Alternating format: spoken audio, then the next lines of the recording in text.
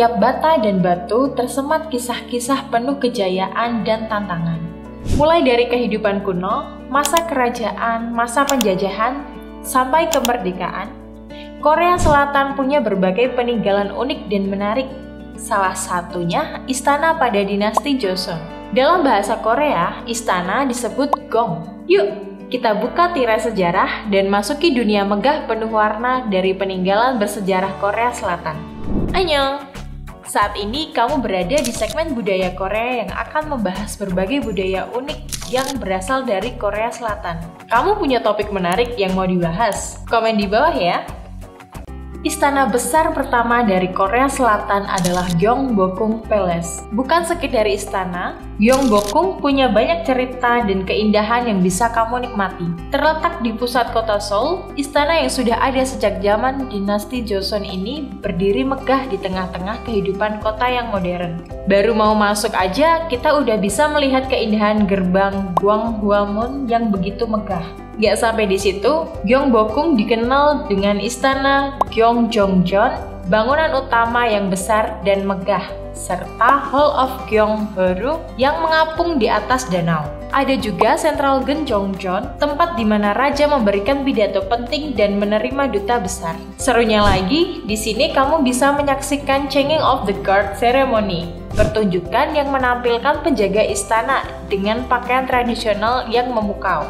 Menariknya, kamu yang berwisata ke Gyeongbokgung Palace bisa menyewa hanbok yang disediakan di sana. Sambil mengenakan hanbok, kamu bisa berfoto di dalam istana dan merasakan vibes menjadi anggota kerajaan. Sejarah Gyeongbokgung gak kalah menarik loh. Gyeongbokgung Palace dibangun pada tahun 1395 oleh Raja Taejo yang merupakan pendiri dinasti Joseon. Istana ini gak cuma jadi tempat tinggal kerajaan, tapi juga jadi saksi bisu perjalanan sejarah Korea Selatan. Sayangnya, selama invasi Jepang pada tahun 1592, Gyeongbokgung sampai hancur dan terbengkalai selama hampir 300 tahun. Namun, pemerintah Korea Selatan berhasil memulihkannya kembali pada tahun 1860-an. Di pusat kota Seoul gak cuma ada Gyeongbokgung Palace. Kamu juga bisa berkunjung ke tetangga dekatnya, yaitu Changdeokgung Palace, yang gak kalah menarik. Salah satu hal yang membuat Changdeokgung istimewa adalah Hwon, atau Secret Garden yang terletak di belakang istana. Hwon ini merupakan taman yang indah dan rimbun dengan danau buatan, pavilion, dan jembatan batu. Di dalam istana, kamu bisa menemukan Injongjeon Hall, yaitu ruang utama tempat raja menjalankan urusan kenegaraan. Ada juga Donggwangmun Gate sebagai gerbang yang merupakan pintu masuk utama ke istana dan dihiasi dengan keindahan khas arsitektur Korea. Changdeokgung didirikan pada tahun 1405 oleh Raja Taejong. Sama seperti Gyeongbokgung, istana ini juga sempat hancur akibat invasi Jepang dan berhasil dipulihkan. Saat ini Changdeokgung Palace menjadi salah satu tempat terpopuler para wisatawan. Lalu, yang ketiga ada Changdeokgung Palace. Yang membuat istana ini unik adalah suasananya yang lebih tenang hingga bisa merasakan keindahan alam.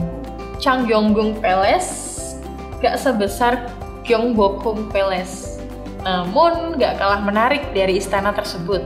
Changdeokgung Palace dikenal karena desainnya yang lebih sederhana dan terbuka. Kamu bisa merasakan vibes kehidupan sehari-hari di dalam istana yang tenang.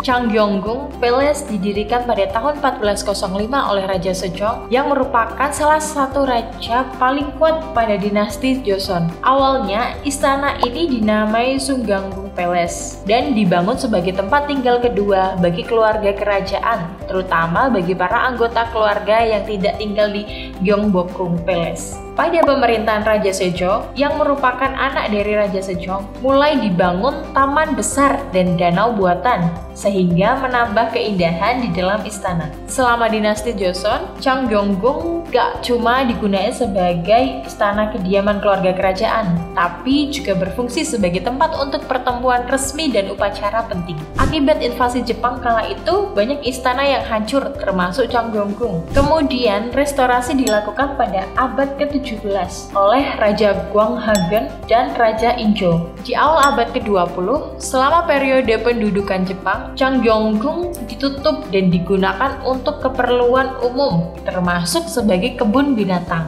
Sekarang, istana ini sudah dipulihkan dan menjadi salah satu tempat wisata yang populer. Istana keempat ada Doksogung Palace. Doksogung merupakan istana terkecil dibanding 4 istana lainnya. Dalam bahasa Korea, nama Doksogung memiliki arti istana kebajikan dan umur panjang. Istana ini terkenal karena memiliki perpaduan antara gaya arsitektur tradisional Korea dan modern. Selain itu, Doksogung Palace juga memiliki jalan batu yang elegan dan merupakan satu-satunya istana yang berdampingan dengan bangunan bergaya barat. Daya tarik pada istana ini adalah Jongwaejeon, yaitu ruangan penting yang pernah digunakan sebagai tempat tinggal resmi Kaisar Gojong. Kamu bisa merasakan nuansa kemewahan dan sejarah di dalamnya. Ada juga Sokjojeon dan Hamyongjeon yang merupakan bangunan dengan sentuhan unik barat di tengah suasana kerajaan. Sebelum menjadi istana, Doksogung Palace didirikan oleh Wolsandegan, sahabat kandung dari Raja Seongjong dari dinasti Joseon pada tahun 1454 sampai 1488. Istana ini menjadi tempat Gwanghwageon menjadi pemangku ke-15 pada tahun 1575 sampai 1641. Doksogung Palace mengalami kerusakan signifikan selama pergolakan Jepang di Korea, dan hanya sebagian kecil dari struktur asli yang masih ada setelah pergolakan. Yang terakhir ada Gyeonghwaegeon Palace. Istana ini dibangun pada tahun 1623 oleh Raja Gwanghwageon sebagai tempat perlindungan darurat bagi keluarga kerajaan. Istana ini mengalami berbagai macam perubahan selama masa dinasti Joseon. Sebagian besar dari bangunan ini dihancurkan untuk membangun kembali istana Gyeongbokgung yang kala itu hancur karena invasi Jepang. Itu dia 5 istana besar yang ada di Korea Selatan yang diselimuti dengan sejarah. Sekarang, kelima istana tersebut dirawat dengan baik dan menjadi destinasi wisata populer. Tidak jarang juga dijadikan lokasi syuting drama Korea. Semoga video kali ini bisa menambah insight kalian seputar Korea Selatan ya. Sampai jumpa di video lainnya. Annyeong!